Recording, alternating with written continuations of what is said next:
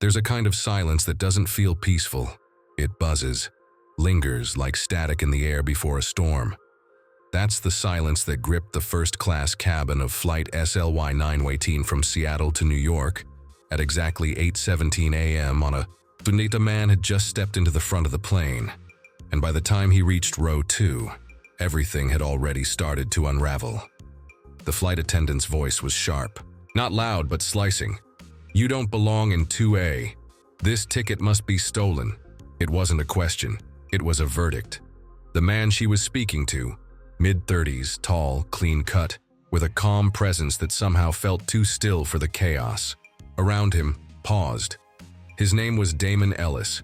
He wore a black hoodie, tailored joggers, and white sneakers so pristine they looked untouched. In his hand was a genuine leather duffel and a folded boarding pass that clearly read, "Ellis, Damon. Seat 2A, Priority 1. But Sophia Wright didn't look at the name, not really. Not the way she might if the man had been wearing a blazer or carried a Louis Vuitton briefcase. No, she looked at the hoodie first, and she assumed the worst. Passengers turned. Some curious, some smirking, some already judging, but none spoke. Damon didn't flinch. He simply held out the boarding pass. Sophia took it, glanced down for no more than 2 seconds, and then pressed her lips into a line. "This doesn't look right," she said. "You're not on the manifest." A beat. Then Damon replied, his voice low and even. "That's my name, that's my seat. I paid."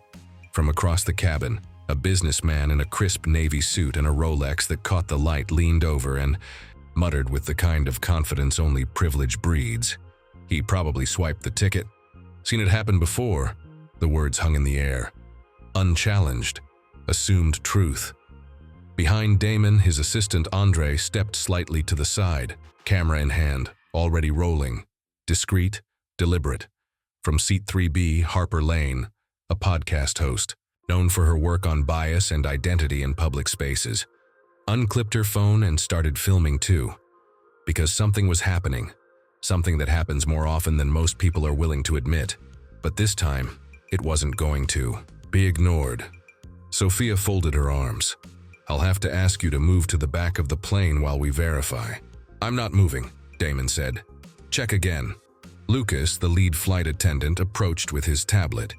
He skimmed through the glitchy system, frowned, and shook his head. "He's not showing up. Not on our current list." Then, "Your list is wrong," Damon replied calmly. Ethan Crown, the Navy suit, scoffed. "This is ridiculous. Look at him. Jeans, hoodie, come on." Damon turned his head slowly. "The kind of people, Mr. Crown? What kind is that?" Ethan didn't blink. "The kind that doesn't belong in first class." There it was. No more pretending. Harper's voice, soft but audible, cut through the murmurs. He hasn't raised his voice. He hasn't threatened anyone. He's holding a valid ticket, and you've all decided he's a problem because of how he looks. Sophia stepped forward again. "Sir, this is your final warning. Move to the back or we'll call security." Damon didn't budge. Instead, he turned toward Andre and spoke into the camera. "Begin corporate verification. Names to note. Sophia Wright, Lucas Jennings, Ethan Crown. Incident log, timestamp 8:17 a.m. Sophia's face drained a shade. "Are you threatening us?" "No," Damon said. "I'm protecting myself." Behind him, Harper whispered to her camera. "What you're watching isn't a man refusing orders. It's a man refusing to be erased." What no one knew in that moment, what none of them could have guessed, is that Damon Ellis didn't just buy a first-class ticket. He built the platform it was purchased on. He didn't fly with Skylink Airlines because it was convenient. He flew with them because he owned 40% of the company.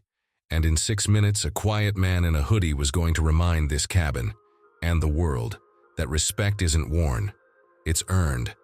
And sometimes it walks in through the jet bridge dressed exactly the way they never expected. To the one who's ever been judged before you've spoken a word, stay with us. This story is for you. It wasn't the first time Damon had been told he didn't belong. Years earlier, age 22, fresh out of college, hoodie zipped up to the collarbone, He had tried to board a regional business flight from Oakland to Denver. The gate agent looked up, didn't even glance at his boarding group or seat assignment, and simply pointed toward the line for economy. "You're in the wrong group," she said flatly. "I'm in Group 1, Damon replied, holding out his ticket. She squinted, didn't take the pass, and smiled a tight, patronizing smile. "Try economy. This line's for business travelers." He remembered the burn of humiliation, remembered stepping aside, even though he had the credentials, the clearance, and the right. No one had filmed it. No one had questioned it. It was a moment that didn't make headlines, didn't trend, but it embedded itself in him. That day, Damon made himself a quiet promise. "One day, I won't just belong here. I'll build the thing people say I don't deserve." Now, standing in front, seat 2A, hoodie on, boarding pass in hand, he wasn't angry. He wasn't even surprised. He was prepared. "Sir, we've had some fraud alerts this morning," Lucas tried to explain, gesturing vaguely to his tablet. "There's been issues with outdated cards, especially with our new system." "I didn't have an issue," Damon said. "Your system did." Sophia crossed her arms. "Our manifest is clear. This seat is reserved for verified passengers." Harper's voice came again, steady, still recording. "He's holding a printed boarding pass. Are we saying those can be faked now?" Ethan Crown rolled his eyes. "This is why people abuse the system. Nobody checks properly." The passive-aggressive tension thickened, but Damon didn't rise to it. He didn't match their tone. His strategy was silence, not surrender. Andre, still behind him, muttered, "Verification pinged corporate. Give it 2 more minutes." 2 more minutes. That's all it would take to flip the cabin on its head, because this wasn't Damon's first test. At 24, after selling his first software plugin to a major logistics firm, Damon had celebrated by upgrading a flight home to first class. The agent at the gate scanned his pass, frowned, and said, "Delivery personnel usually check in at the freight entrance." He remembered blinking slowly, remembered feeling the stares around him, and remembered choosing not to argue, just to build. To work harder, grow faster, rise higher. Now, with Andre quietly filming and Harper narrating from the 3rd row, Damon stood not only for himself, but for every kid who'd ever been told to dress the part, talk the part, look the part, before. They'd earned a seat. "I suggest we just move him to the back until we get this sorted," Lucas said again, this time quieter, unsure. "If you touch me," Damon said, his tone like velvet stretched over steel, "you'll regret it." The cabin froze. Sophia's face shifted. "Is that a threat?" "No," Damon said again. "That's a guarantee that what's happening here, this exact moment, is being recorded, documented, and will be escalated. Not because I'm angry, but because I'm exhausted." Another passenger, Jack Hayes, a gray-haired man in 1D, glanced up from his newspaper. "Excuse me, but is there a problem? Because this doesn't feel right." Sophia bristled. "This gentleman isn't listed." Damon turned slightly toward Jack. "I am listed. Your flight crew just doesn't recognize the name or the clothes." Jack's eyes narrowed. "Then someone needs to check again." Andre tapped Damon's shoulder, showing him the screen. Corporate alert acknowledged. Timestamp locked. A shift in the air. Damon exhaled. Harper, zooming in with her phone, whispered, 3, 2. The next scene wasn't one of confrontation. It was recognition, and the 6 minutes were almost up. The silence that followed Harper's countdown didn't last long. It cracked, jagged and real, under the weight of rising voices. Sophia looked to Lucas, who now stood rigid, tablet clutched to his chest. "We've got to move him," she whispered. Not quietly enough. Lucas hesitated. "Let's wait. Corporate might respond any second now," but it was too late. The cabin had awakened. Harper spoke again, louder this time. "You all heard him. Verified name, valid seat. So what exactly is the issue?" From across the aisle, Ethan Crown adjusted his blazer like it was armor. "We're wasting time. Let the staff do their job. I've been flying Skylink for years. I know who belongs in this cabin." Damon turned. "And who decides that, Mr. Crown? You?" Ethan smirked. Let's just say I know the type. Andre didn't flinch. He just whispered to Damon, "They're showing their hand." Sophia stepped in again. "This is not personal. We're following protocol." Damon replied calmly. "Then let's follow all of it. Ask for my ID, verify it manually. Stop hiding behind a faulty tablet and a flawed assumption." Lucas opened his mouth to reply but said nothing. Harper's camera was now fully visible. No more subtle angles. She was filming for truth, not for stealth. "Maybe we should call someone," Sophia muttered.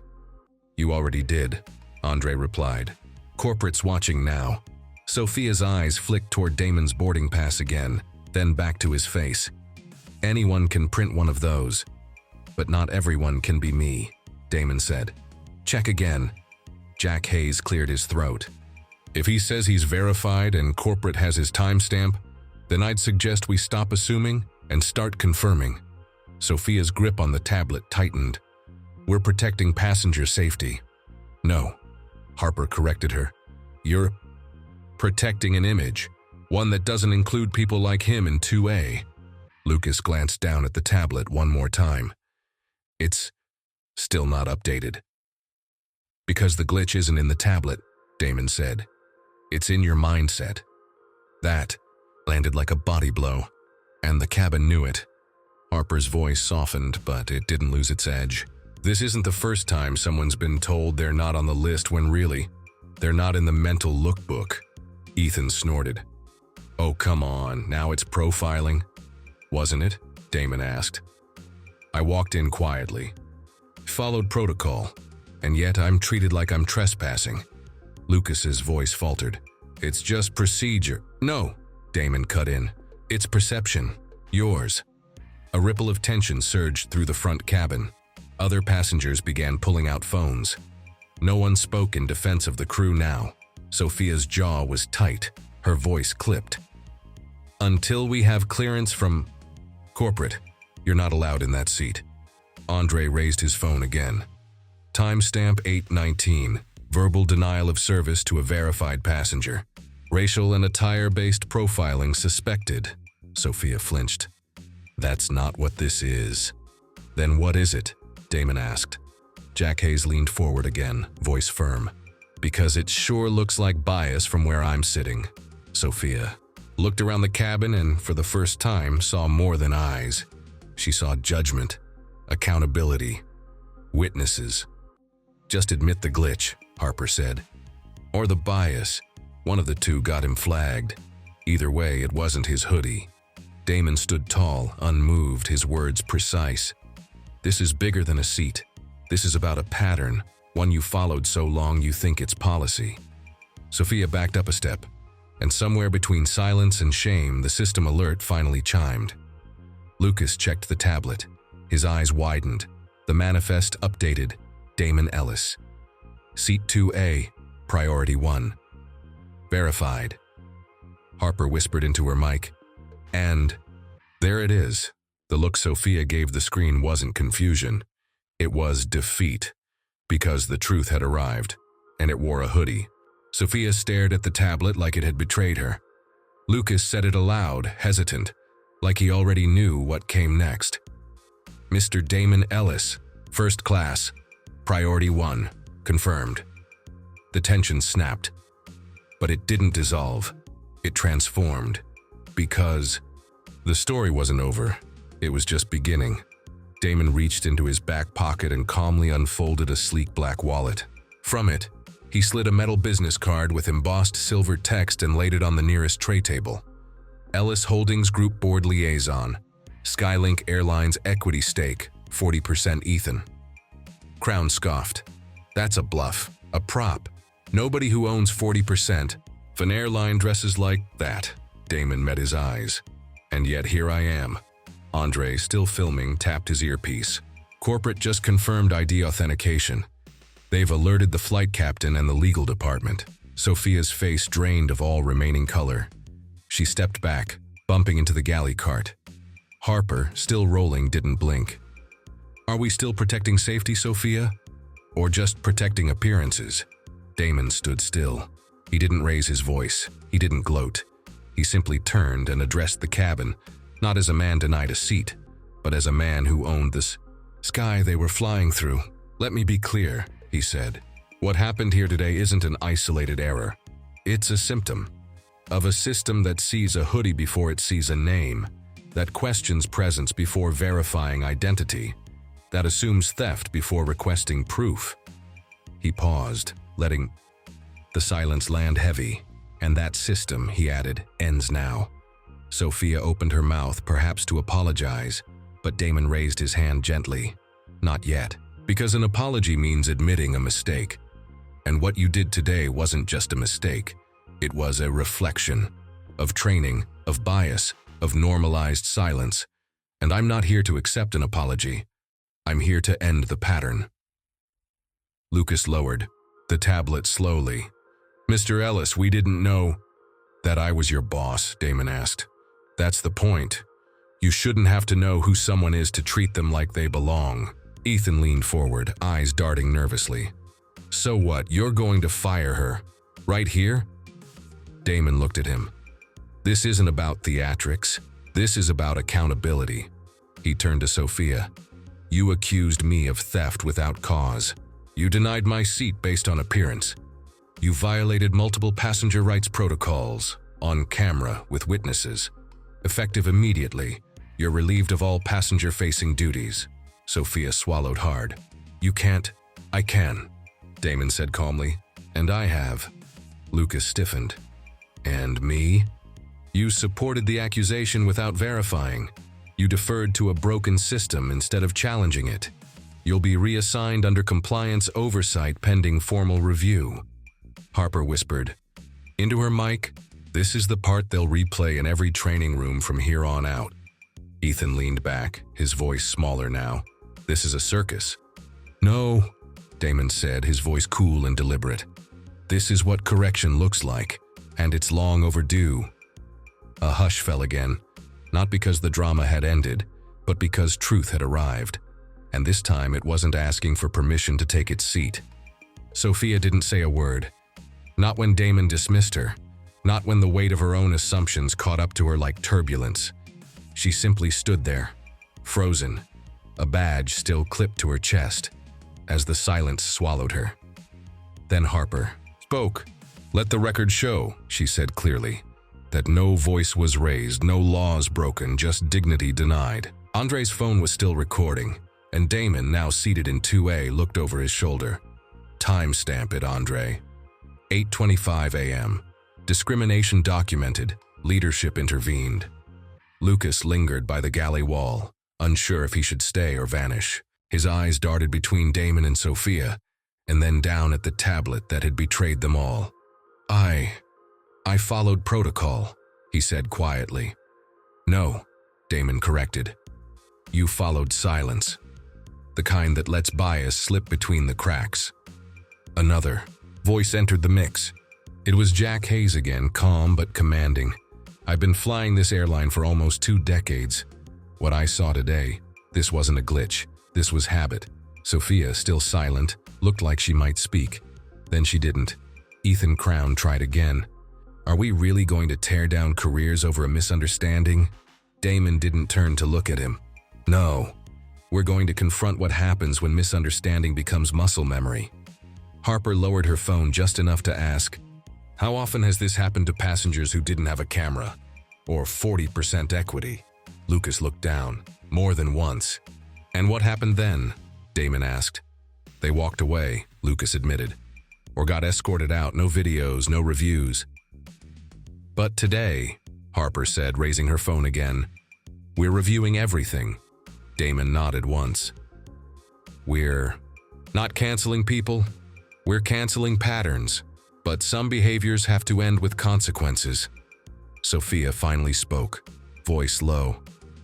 "I didn't mean you didn't have to," Damon said. "That's the problem.